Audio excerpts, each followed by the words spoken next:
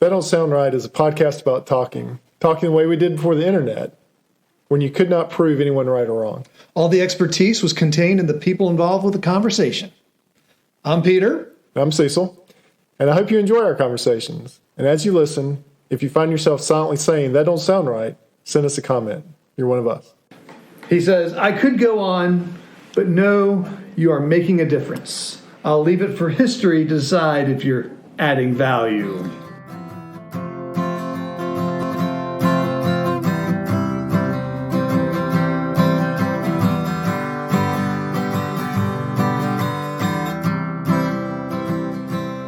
Welcome back to another episode of That Don't Sound Right, a podcast about talking. We're your co-hosts. I'm Peter Bill. I'm Cecil Davis. And we're just trying to have a conversation without Googling or fact-checking. Those things can kill the conversation and they can stunt creativity. Yes, and that is why we had the ribbon cutting today on the new That Don't Sound Right Camel City Studios Creative Center. That's right. And so it was a virtual ribbon cutting. It's a virtual center also. It's also, they really don't know we're using it as the creative center for the podcast. But we realized that this place had been the birthplace of many of the ideas for the podcast. Right. If you don't know what it is, the 421 Grill in Colfax, North Carolina.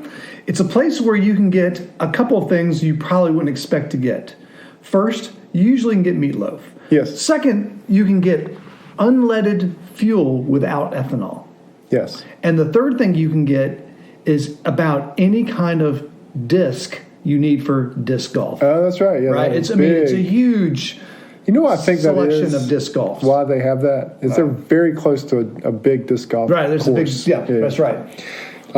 You can also get my favorite hog sauce there. It's called hog sauce. Okay. It's a local guy. He's kind of like the podcast a little bit. He started making this sauce and selling it himself just around there. Do you have some here? I do have some. Do you have some in that refrigerator? I have some in that refrigerator. Maybe the refrigerator's making some noise because it doesn't like the hog sauce.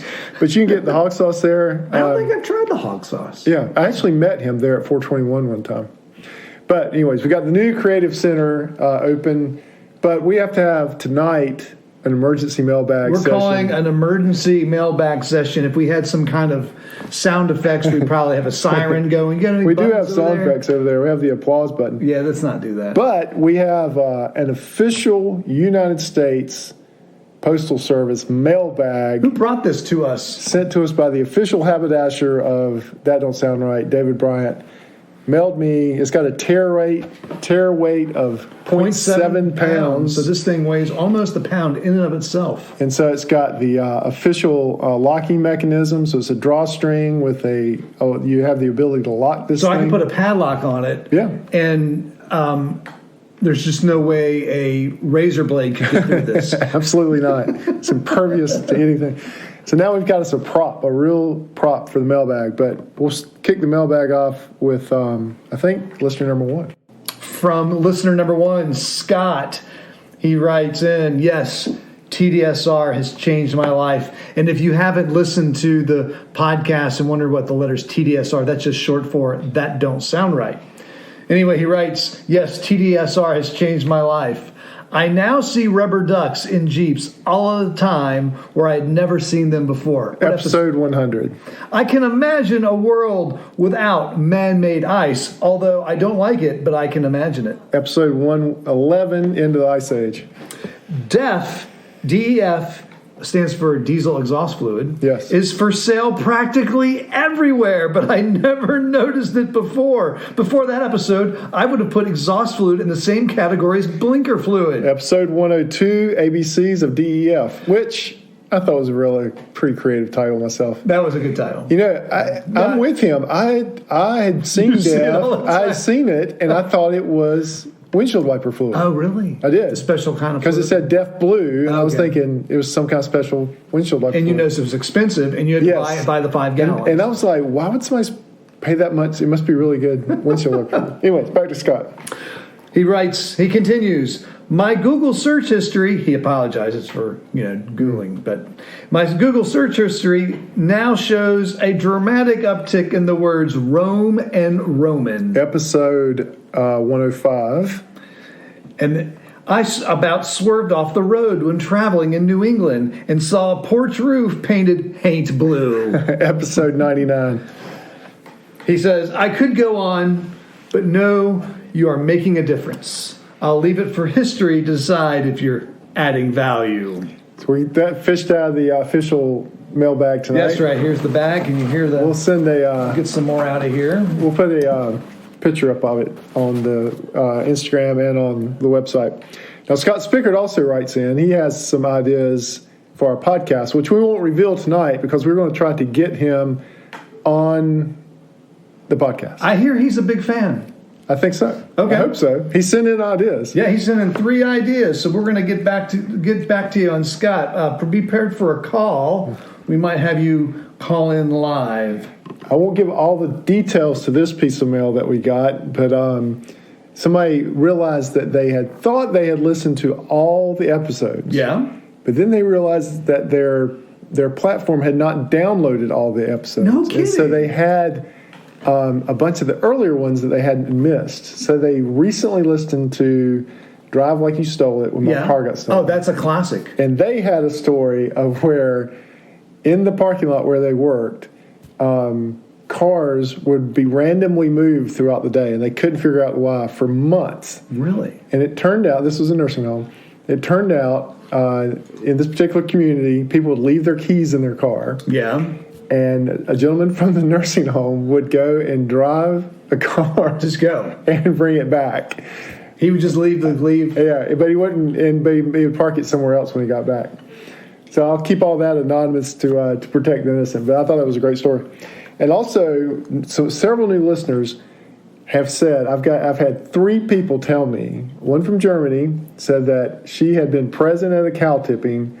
Oh, this is big news right Yeah, but it was on the uneven hills of Germany, and I guess they had a running start and pushed them downhill. So they were there. They actually participated. They actually saw it. They saw it. Okay, so that's the second one. Remember, my coworker. Yeah, a second present. person who overheard that conversation said she had been present at cow tipping.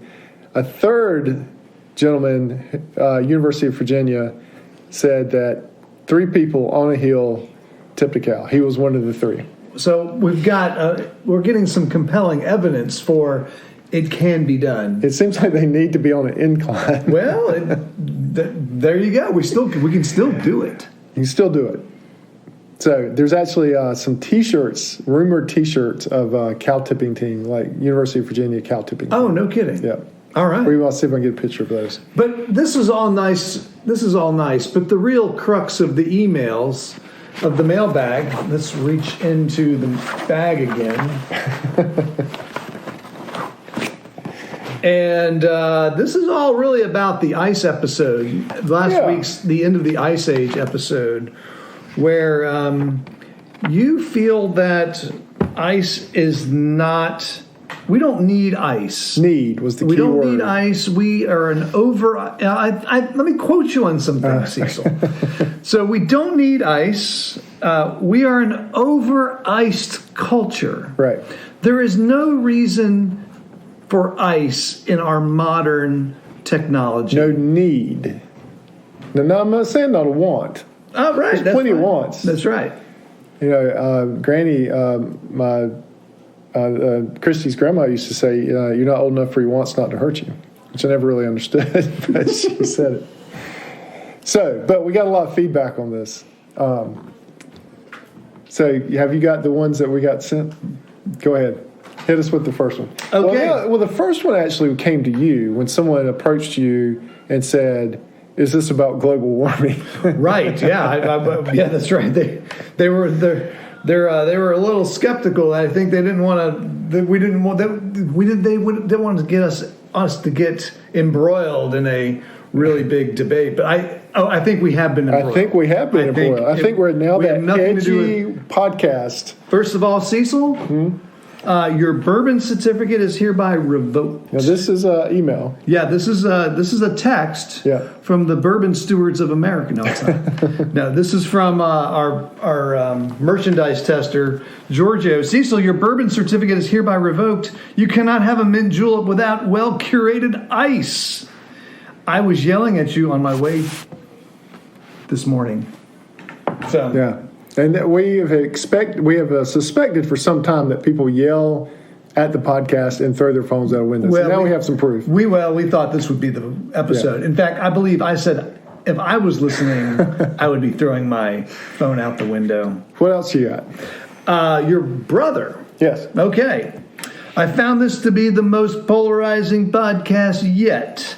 Cecil has obviously never had to keep a cooler full of deer meat cold for days because his Uncle Eric has a deer head in his freezer, nor has he ever seen a construction crew having their ice on water in 100-degree weather. His solution was everyone take a generator to the beach and keep their bait and drinks cold that way, or use chemical ice packs, which I guess are not made in a factory and encased in plastic. They somehow are produced in an environmentally safe way, maybe, these packs. Peter fell in line with these thoughts, but he is the guy that promotes slapping an alligator with a paddle. I have done. Well, I don't think that negates my testimony. I've done a lot of fishing without the single cube of ice, but I'll leave it at that. So interesting. We did talk about this at work about putting an ice cube or one of these rocks that have been in the freezer. And do you get the same cold performance out of these? No. No. Why is that? I don't know, but you don't. How do you know? Because I've tried it. Okay. I can tell you why. Why? I can tell you why. Because the rock has when you first put it in there, it has a uniform temperature of 32 degrees or whatever your fridge is. Okay, let's call it 28 degrees. 28 degrees. It's 28 degrees, okay? As soon as you stick it in the liquid, the surface of that now drops eventually to the same temperature of the liquid. Right, it goes to equilibrium, yeah. But the center of your rock is cold, but you have to have this heat transfer that moves, and that's a lot less efficient, and it's slow. Right. Whereas when you have the same size piece of ice, as the ice turns the water and sheds off, you have a new layer, and it's still 28 degrees. Right. Because to your point last week. Well, the ice is at 28, but the water is still the coldest the water could ever get is 32. So ice is much better than a rock. Yeah. Okay. It's so much better. So what else you got? Well, I could see some of your points. Let's see here. Okay, so this is I think this is from our cowboy pinball expert. I could see some of your points, but I go the other way on this one. We will fill up a couple coolers when we go camping or host an event. I like ice and tea and soft drinks. I do agree we probably don't need ice. However, we don't need a lot of things. Most things in our lives are about convenience and want. I own 5 operable vehicles and have a company truck. Cecil, you and I have cars that aren't operable. That's true. You don't.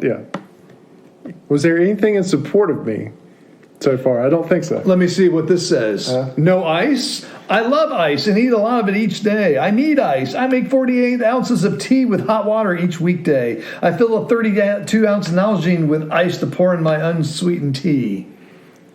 Again. He's an electrical engineer for...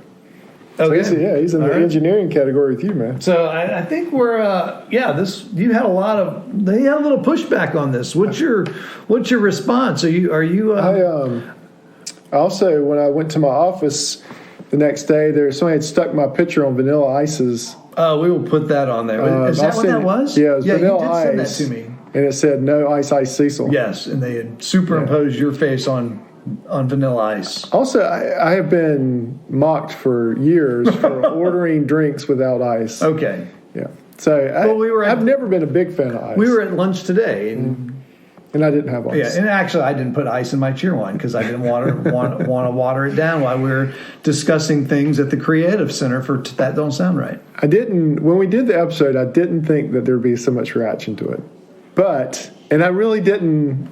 I really am not dug in on this point because I had gotten it from somebody else, but the more I thought about it, the more it made sense. And I think it really does come back to the word need. That you don't need ice in modern society, but plenty of us want it. But there is one application for ice that I found that might Let's hear it. be completely legitimate. It's not a need. I mean, that's not a want. It's a need. Surgical ice. There are companies that make surgical slush that are used during surgical procedures. And I don't know what it's used for, but I know somebody that helps market that. Surgical slush. And I'm assuming they use it to, I don't know what they use it for. Well, I imagine it's sterile. If I had to guess, is that when if I had to guess, it's to cool the body down, especially when they're doing open heart surgery and they have to bypass the heart, and they want to keep the temperature down. There's some call for a sterile surgical slush. Wow. Maybe that's. Does it ever come out of the container? I don't know. Is it water? Yes. It is water. Yes. Okay. Yeah, or that was my impression, yeah. Okay. But yeah, so sterile surgical slush. I could see that being a need for ice. Are you willing to give up the slushie and the Slurpee? I've never liked slushies and slurpees. Are you willing to give up the snowball? I've never liked snowballs. Are you willing to give up being able to transport deer meat in a cooler after deer hunt?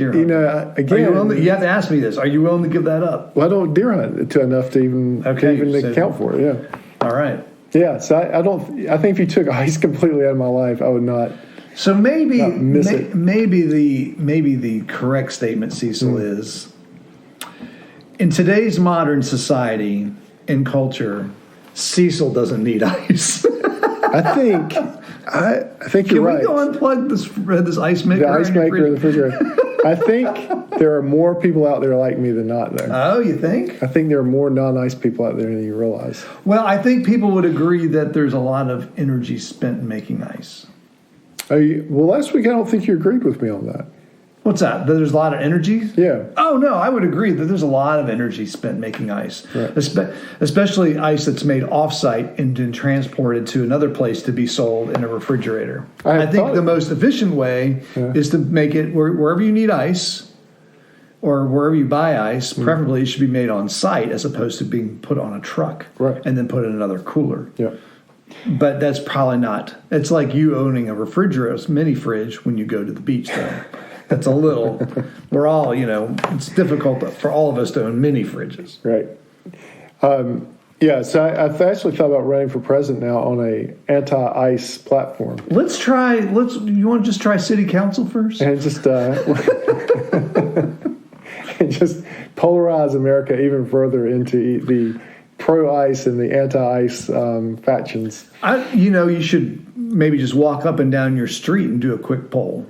I did a fairly quick poll at work. And what did you find out? And I actually found there were some other people at work that were not big fans of ice. They're not big fans of ice. Mm-mm.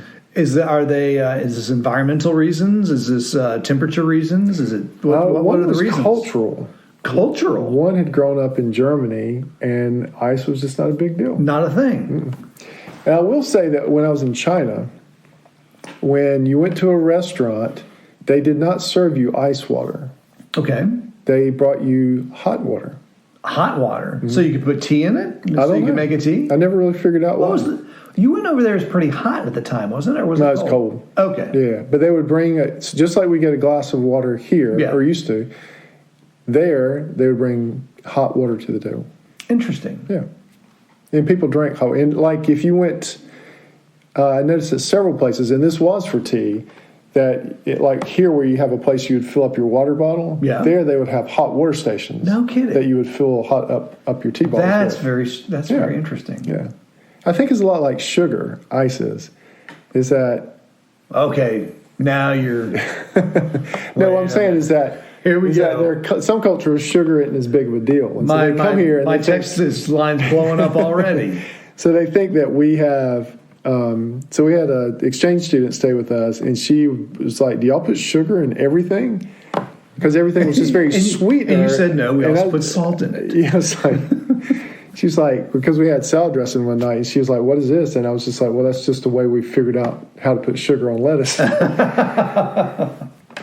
I think it's just the same thing. It's cultural. Some cultures like, like the Coca-Colas, when you go to the world of Coca-Cola and they have the soft drinks Right, that they're are different. very bitter tasting in different cultures, I think. I think there's just some cultures that exist with less ice than we do. Thank you all for paying attention to the mail. We felt like we had to have an emergency mailbag just due to the response. Well, one, we got a mailbag. We got a mailbag, and there was some mail in it, so we had to get it out. Let's put everything back in. Yeah. So we had to do a mailbag because we got the mailbag. We got the mailbag. And we also had such a strong response to the ice, which always makes me feel good when people are listening and people are paying attention to what we're doing. So we left out Wonderfully Made Designs last week, but we're going to add them back in today. And we might actually have another advertiser on the horizon. In March. In March. We've got some negotiations to do, but they contacted us, and we'll see what happens. We'll see what happens. Yeah. Very exciting. So Wonderfully Made Designs is a small business specializing in custom-made T-shirts and decals. Contact Casey on Facebook at Wonderfully Made Designs. 139.14. Use code TDSR10 for 10% off your first order. So that don't sound right, but you've come to the end of the mailbag episode of That Don't Sound Right. Before we close, we want to thank everyone for listening. If this is your first time and enjoyed the conversation, would you consider hitting the subscribe button or the follow button on the platform you listen with? Also, long-time listeners, or even a short-time listener, would y'all go out there and give us a rating or leave us a review so everyone can easily find us and join the conversation? And share us on your social media platforms. That helps too. That Don't Sound Right is a production of TDSR Podcast in conjunction with Camel City Studios, and we're grateful for the Creative Center that opened today. I'm your co-host and sound engineer, Cecil Davis. Peter is your other host and our web designer. Camille is our part-time barista. Emily does our graphic design. Ella does our Instagram. Giorgio tests our merchandise. Brent is our international brand ambassador. And as always, listener number one is Scott. So until next week, keep talking. And stay curious.